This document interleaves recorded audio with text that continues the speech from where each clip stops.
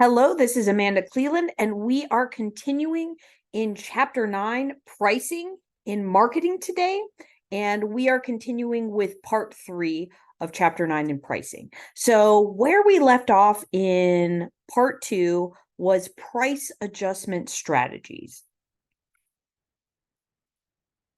So companies are usually going to adjust their basic pricing to account for various customer differences and changing situations in the external environment. And there are typically 7 types of pricing adjustments. Now, we got through 3 of these. We got through psychological pricing, discount and allowance pricing, and segmented pricing. We are going to continue. We're going to talk about promotional pricing. We're going to talk about geographical pricing. We're going to talk about dynamic pricing, and we're going to finish off with international pricing. So, promotional pricing. This is temporarily pricing products below that original list price and sometimes even below what it costs us as a company to make, distribute, market the product to increase our short run sales. So again, we're temporarily going to lower the prices below that list price or below what it costs us to make it to increase our sales in the short run. This really helps to create buying excitement and a sense of urgency and a fear of missing out from our consumers. Again, if we're making big deals, 50% off, 75% off, these big discounts, this can really attract first-time buyers who have never bought from us before, or customers who only buy from us on a very infrequent basis. So this is promotional pricing. Again, creates a buying excitement and a sense of urgency. You see this a lot when companies really mark things down. This is promotional pricing, those big sales, those big discounts that you see. So we see this a lot. We see special event pricing where there's going to be a sale on Memorial Day or Labor Day or Black Friday. Amazon has started its own Amazon Prime Day, where it has a whole day that's dedicated to special prices. There are limited time offers. There's cash rebates where they're going to give you cash back if you buy things. Menards is notorious for this, where they give 11% back on everything in the store. Granted, you actually have to physically mail something in and fill it out, but it's still a cash rebate. Flash sales, again, kind of creating that sense of urgency where the customer, you need to act now or you're going to miss out on this big sale. So there's some pros and cons of promotional pricing. A lot of times, promotional pricing, these kinds of promotional campaigns don't even break even. Essentially, we're going to be losing money on promotional pricing. So we've got to be really careful about the economies of this, especially if we're going to do it a lot or on a continuous basis. And 25% of shoppers are less likely to buy from a retailer with constant discounts. It's going to be seen as hurting the brand image, perhaps, or seen as a cheaper or lesser quality. 38% of customers think that discounts make a brand look cheaper. You've probably noticed that like really high-end brands, a lot of times they never have sales because they don't want to bring down that high-class image that they have.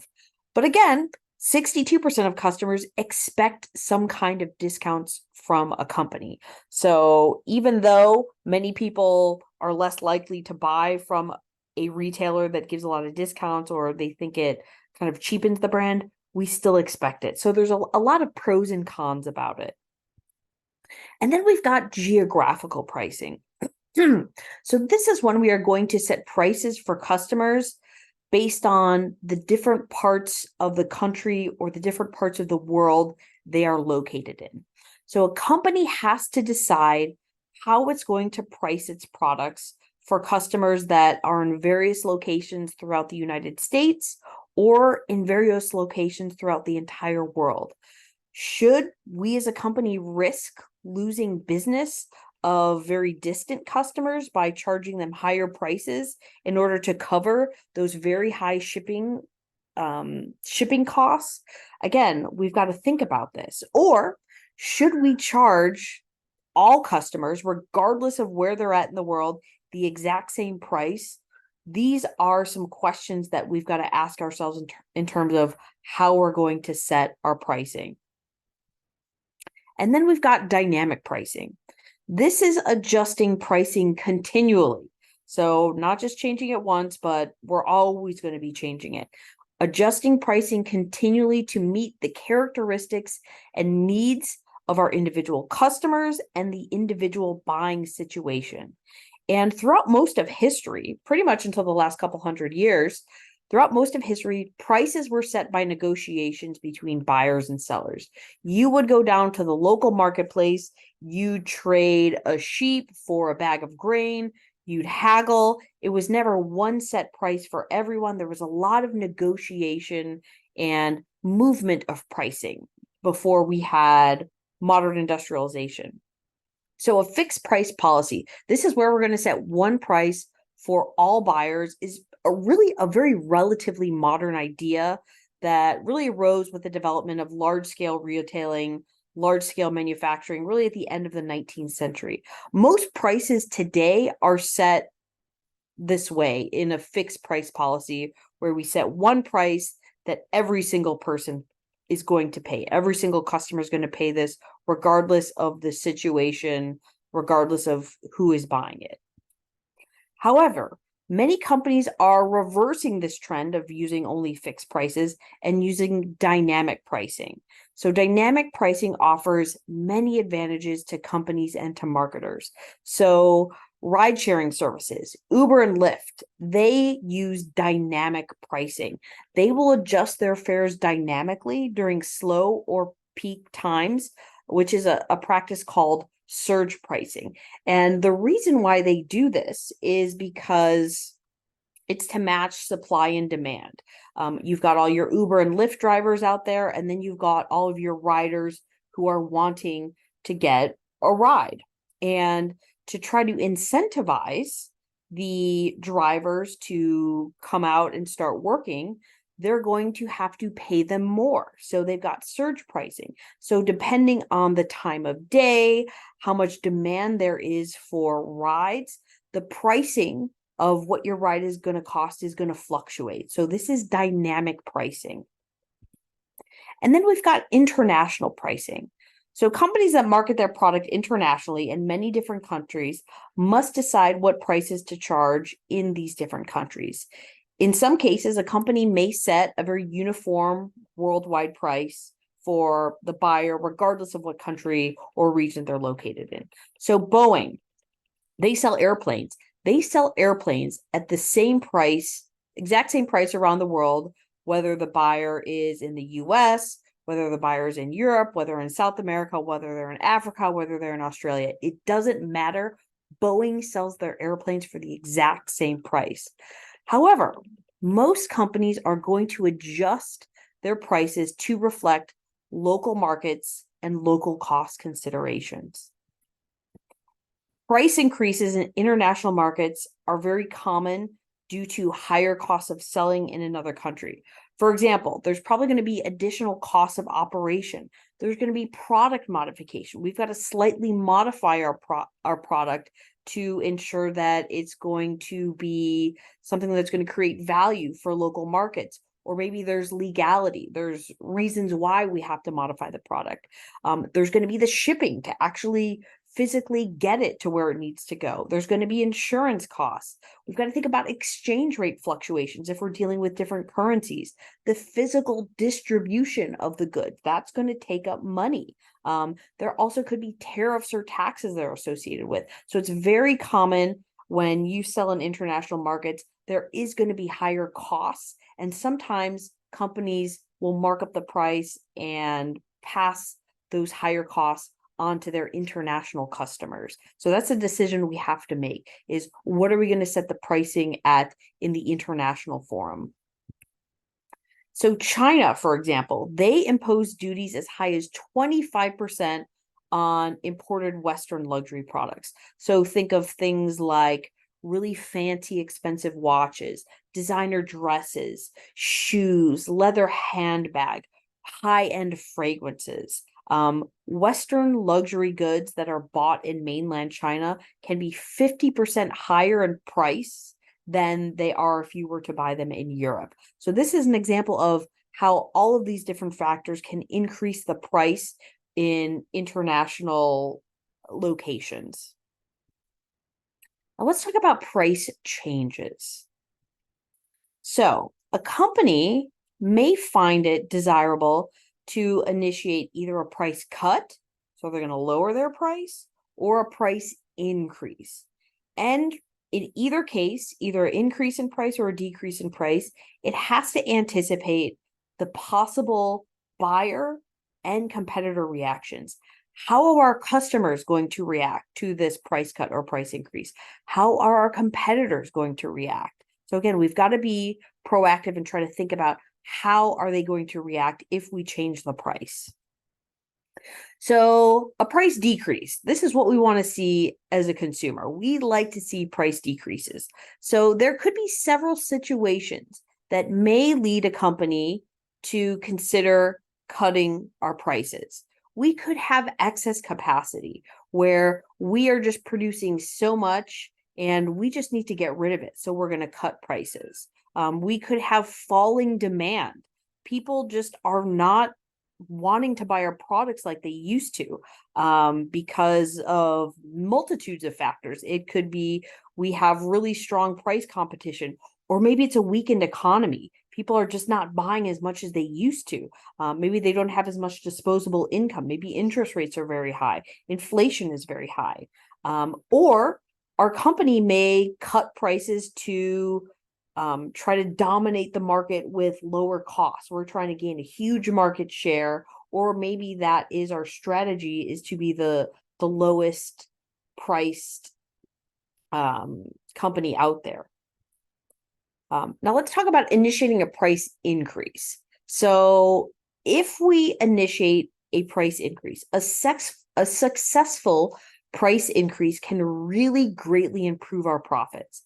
So for example, if we are selling pillows and we've got a profit margin of 3%, if we see an increase in sales by 1%, this is going to boost our profit by 33% if our sales volume is completely unaffected. So it's a major factor in price increase is cost inflation. We've seen this a lot in the last few years. The economy has been plagued by widespread inflation, and we're seeing a lot of companies increase their prices. Another factor is over demand. If there's a huge demand for our products, we can increase the price to ensure that we're going to make more profit. Now, when raising prices, we have to avoid being perceived as something called a price gouger.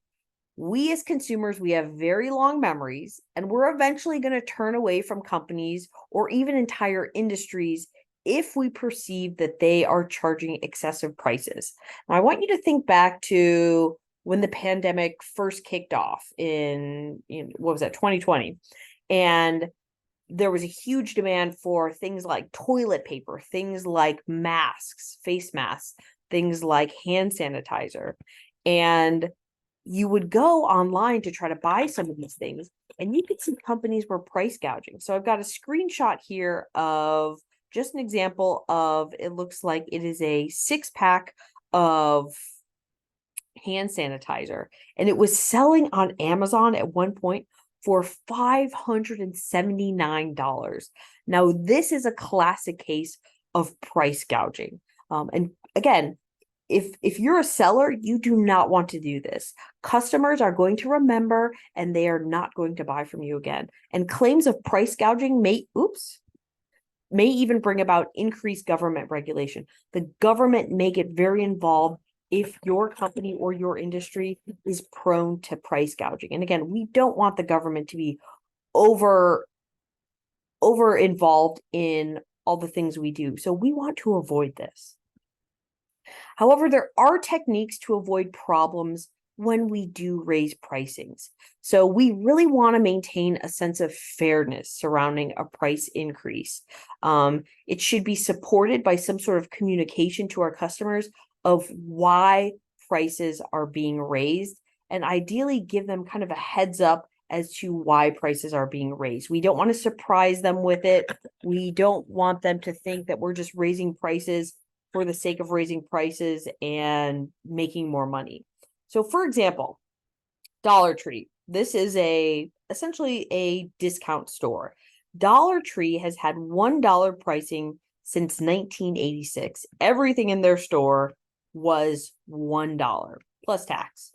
And then in 2021, they announced that they were going to have a price hike. So they were going to raise their prices from $1 to $1.25 due to inflationary pressures. And again, they have had the same pricing for, what would that be, 30 some years, since 1986. So it really makes sense, and consumers understood why they were increasing their price. Now, they may not have been initially happy about it, but it seemed like a very fair price increase, and especially due to all the inflationary pressures that the economy was seeing at this time in 2021, it really made sense. And again, they gave consumers an 8-month notice before they enacted this. So you can go about initiating a price increase to avoid problems and create a sense of fairness around it and explain why you're raising your prices.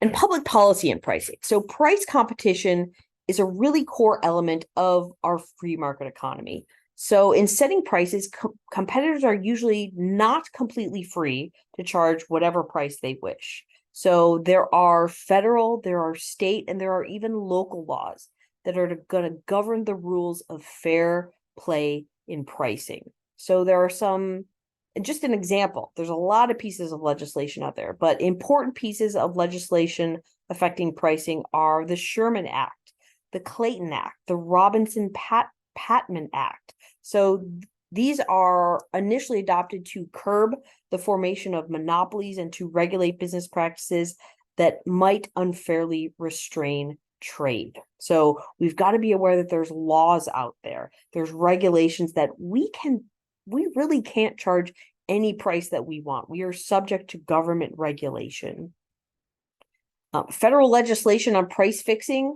So price fixing, this is essentially when we have to set our prices without talking to our competitors.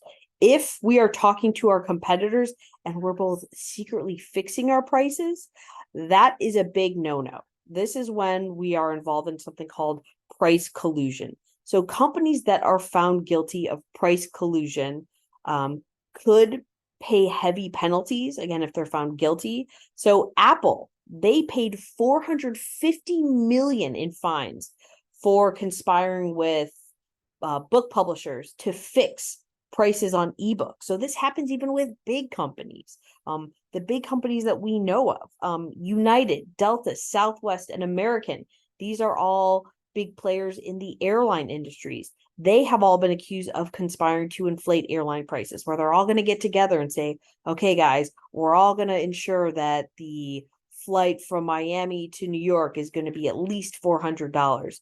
This is illegal. You cannot do this. This is called price fixing, when sellers are talking to each other and colluding to set a certain price. You cannot do this.